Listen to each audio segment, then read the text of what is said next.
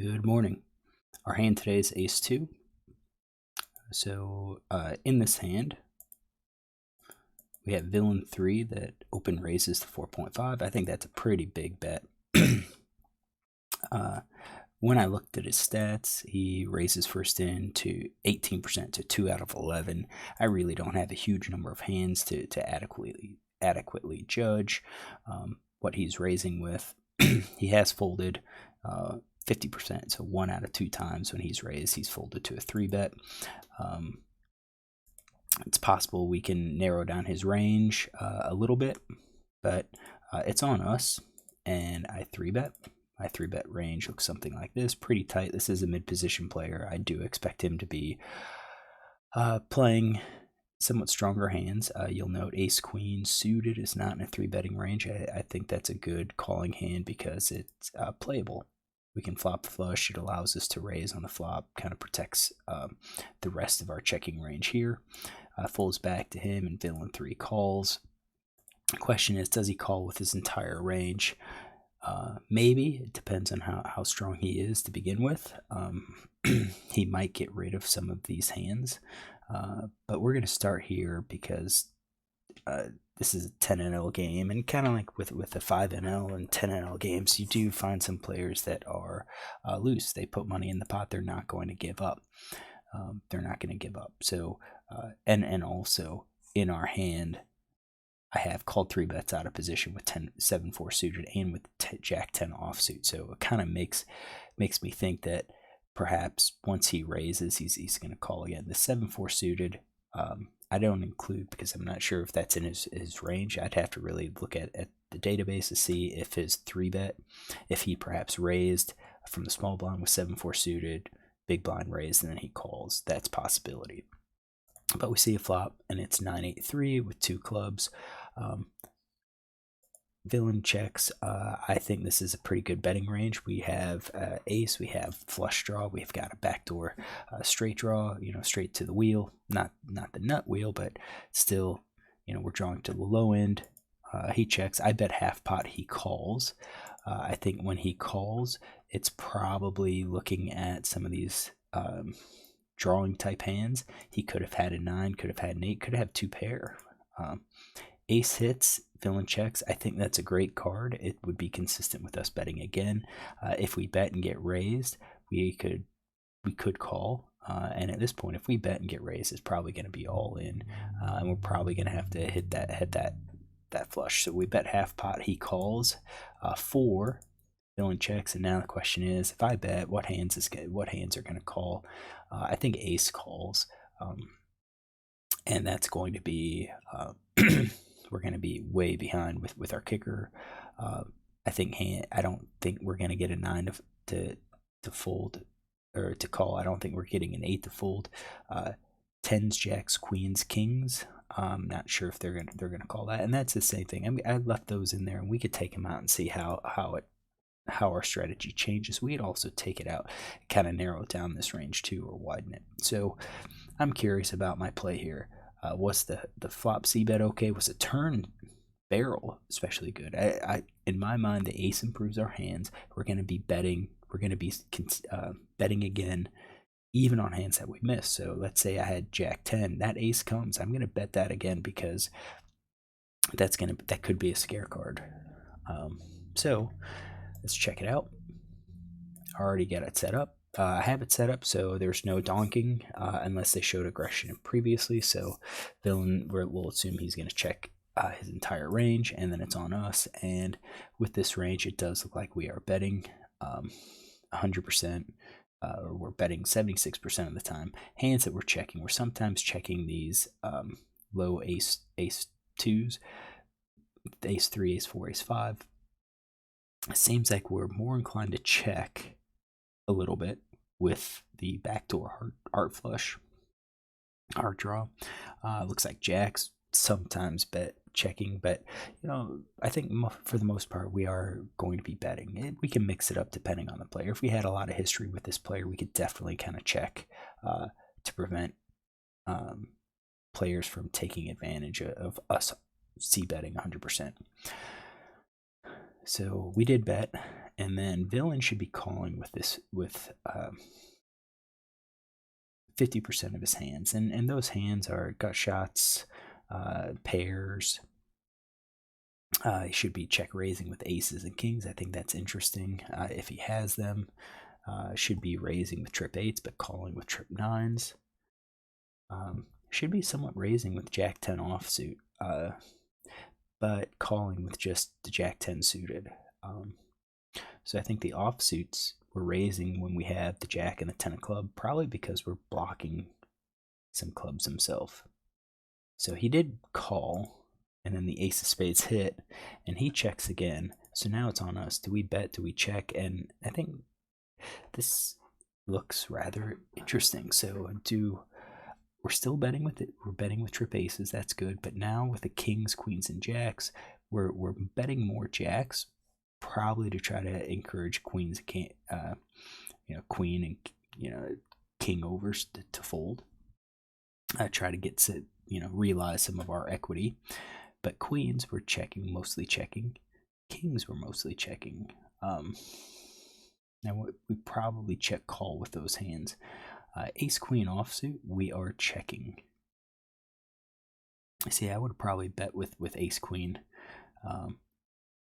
and ace king, but it looks like we're going to be checking some of that ace queen. I'm going to guess to protect some of these hands. So now the ace 4, ace 5, we're mostly checking those. Ace 3 we're betting, so 2 pair we're betting. Ace 2 we're betting the non-flush but checking the flush. So looks like this is a mistake. Looks like I should be checking here.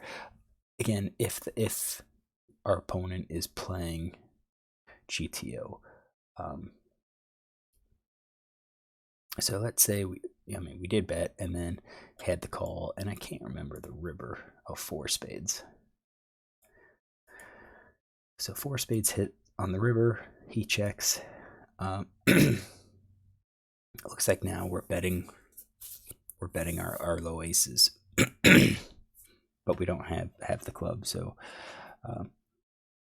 perhaps GTO, I made a mistake. Perhaps with this decision, we should be checking here, hoping to realize our flush. So if we do hit the flush, villain might actually bet at us.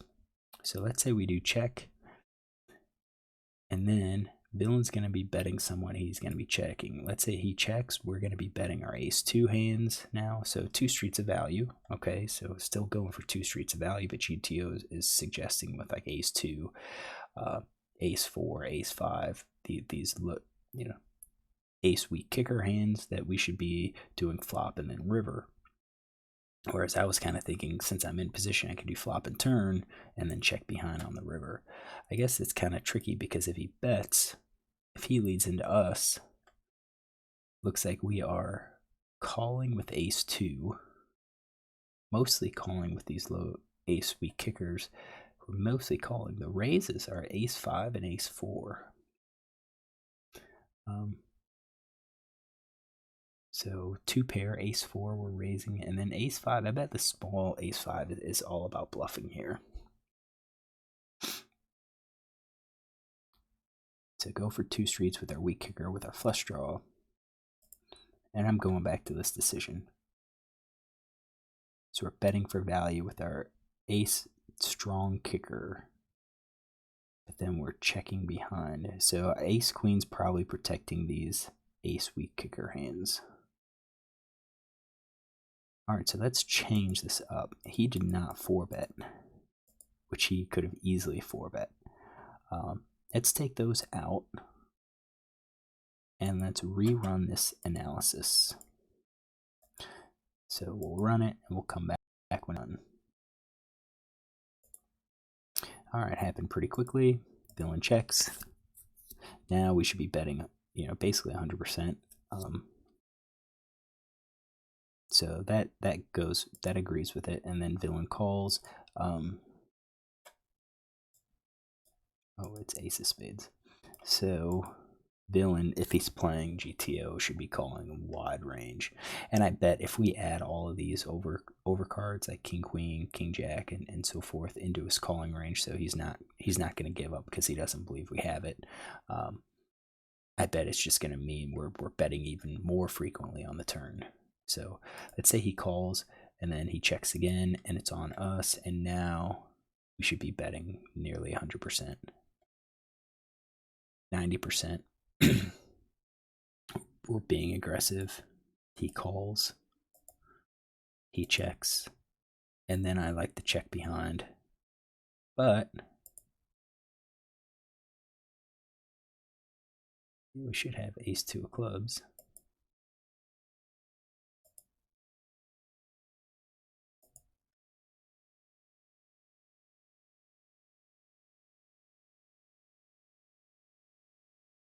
Where did my ace two go? Ace two of clubs is mostly bet. And I did bet.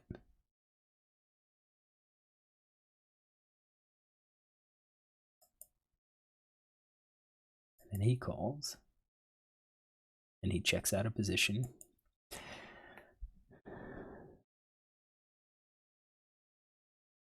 And I do not know where that ace two of clubs went. So I should have ace two here.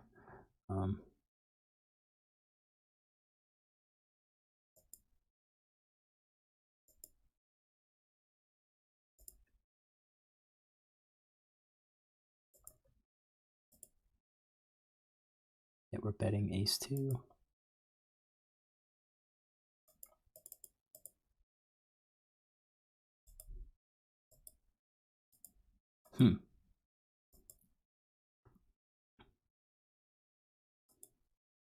Yeah, so we got our flush draw. Ace two looks like we do mix in some checks. So we're supposed to bet. And then villain calls. And then he checks to us.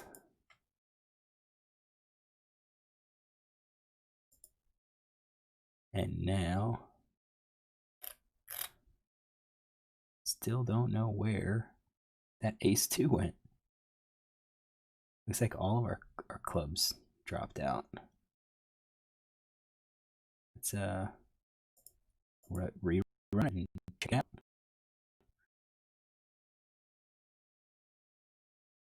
And it does.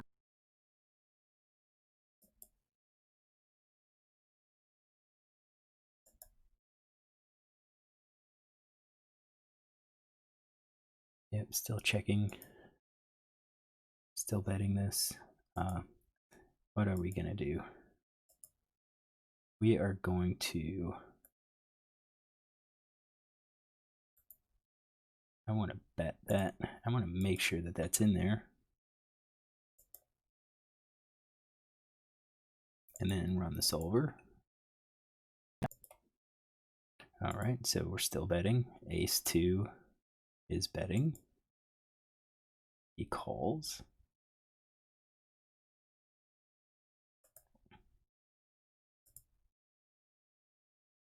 I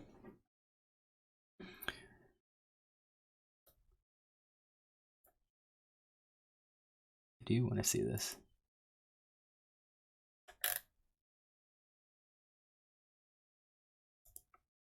That is not right.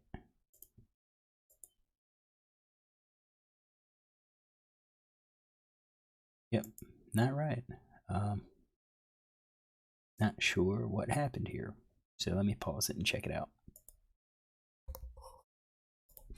So I am not sure how this works, but I think we're betting two pair on both of those, and we have a check for ace five. So I'm going to assume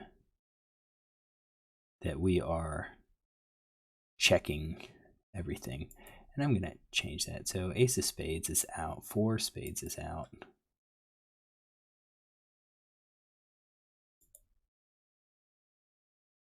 I guess we can, I mean, I have the ace of clubs. So let's change that to, let's say, a diamond and see what happens.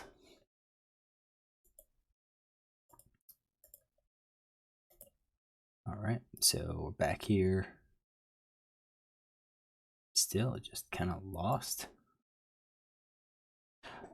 Lost my ace of clubs. Let's do this. Let's do ace of diamonds, 4 of diamonds, and run solver. All right, so still betting. Ace of diamonds, run solver. All right, he checks. It's on me. We are still betting. So I like that. And then he calls, and we'll say it is a 4 of diamonds. And we'll run. He checks. Diamonds are out. Guess he doesn't think I get there.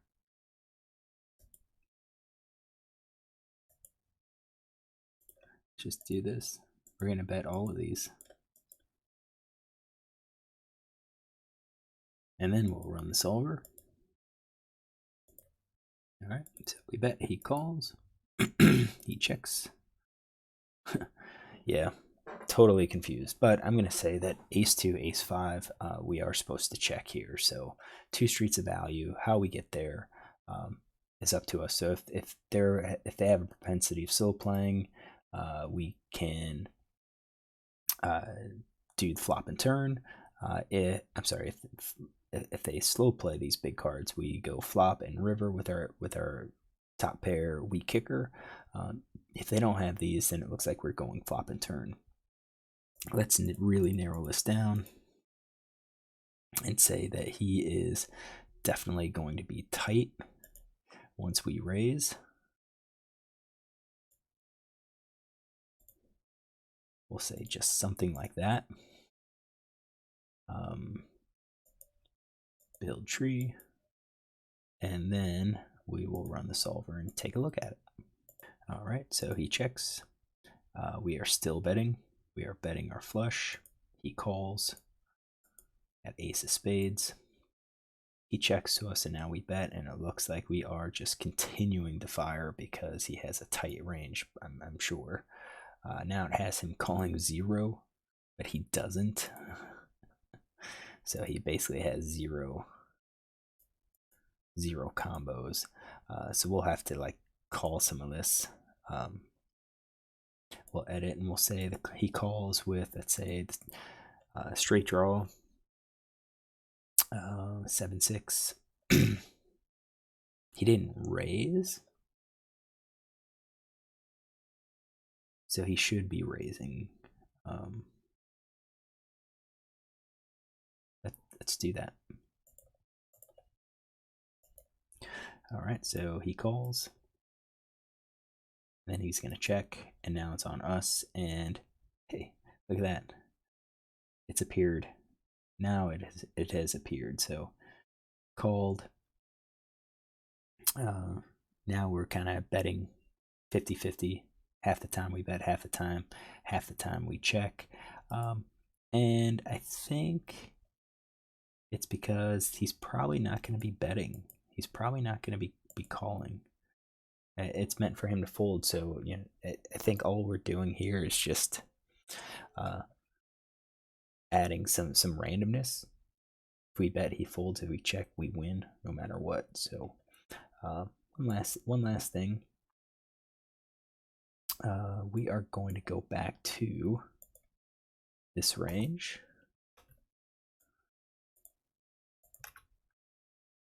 And we're going to take out those hands that he's likely to bet. So we'll rebuild the tree. And then we're going to run our solver.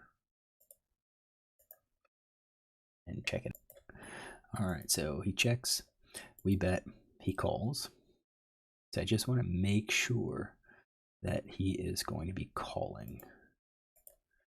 I don't think he's raising any of those. So we'll run the solver.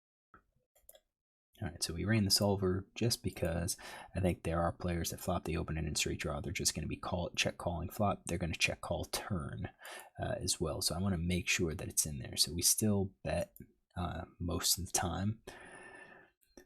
And then we are, so it has him folding those open-enders. We're just going to say he calls because that's how a lot of players play. They call with those. I think now tens and jacks will probably fold. Yeah, I don't really think gut shot's calling here. So we're gonna run the solver now. All right, so we made sure he check call, and now we are changing that to the 4 spades. He checks. It's on us, and it looks like we are betting now with the ace 2 of clubs.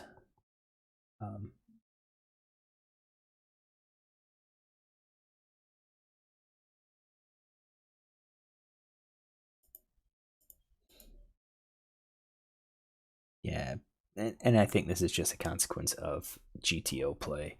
We don't know what all, like here he's supposed to be folding a lot and he's supposed to be raising a lot. If he doesn't play that way, it's going to change a lot. So let's say he calls instead of check raising.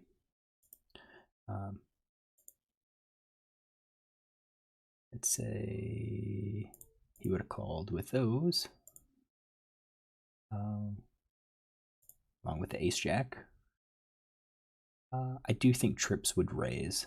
I think trips would raise. I don't think 2 pair necessarily, so we're gonna leave trips in there. And let's see what happens now that this player kind of get him out of that GTO situation. And I think we could probably look at this. I mean, he should be check folding a lot. So we'll have to go back and look at that. But we added the call, and now it still looks like we're checking ace 2. We're betting our 2 pair, checking the ace with the low kicker. Let's go back and add these. So just again, a lot of players, they don't necessarily believe us. They look at that board and it's like, I'm going to call. Maybe I'll catch an over. And I think we're going to leave 9s and 8s in there too. 10, 8, 9, 7. Yeah, let's just do 100%. Some players play like this. They call because they don't believe you, and then they're folding a huge number of times. So he checks, and we should still be betting, which I agree. And then the calling part of it, we've got our open enders, we've got our ace that he calls. I do think he's going to raise trips now. Would he raise 2 pairs? Yeah, let's say he raises 2 pairs, but now he's just going to fold. He's going to fold the 8s. Queen jack he folds. Queen 10 gut shot, mostly fold. Let's say folds there. And 8 7, I think folds. 10 8, I think folds. Calls. All right, check this out. I think we're getting closer to how some of these, at least like a passive type player, more calling stationy, and against that we are checking our top pair, weak kicker, betting our 2 pair for value, checking top pair, weak kicker, checking kings, jacks, under pairs. All right, so I actually think I kind of feel pretty good about my hand. Pretty good about how I played it. Obviously, we don't know exactly how he plays, but he did show Jack 10. So this was the hand where he did the open-ended straight draw, and I kind of started suspecting that when he calls, we block the clubs. Maybe he has a club, but on the river, I didn't think any hand that I beat was really going to be calling. So I don't think it made sense to make a value bet here, and I didn't think it would constitute a bluff because I don't think any better hands are folding. Like I don't think ace 5 is folding. I don't think ace 10 is folding. So I think overall this is a pretty decent hand. We looked at it numerous ways, kind of went GTO route, had some minor hiccups with trying to find where this, flush draw went on the river, but I think overall kind of seeing our play comes down to our opponent. Does he have these big hands and could be slow playing, or is he a more straightforward opponent when it comes to 4-betting those pre-flop? All right, hope you like this. Look tomorrow for another.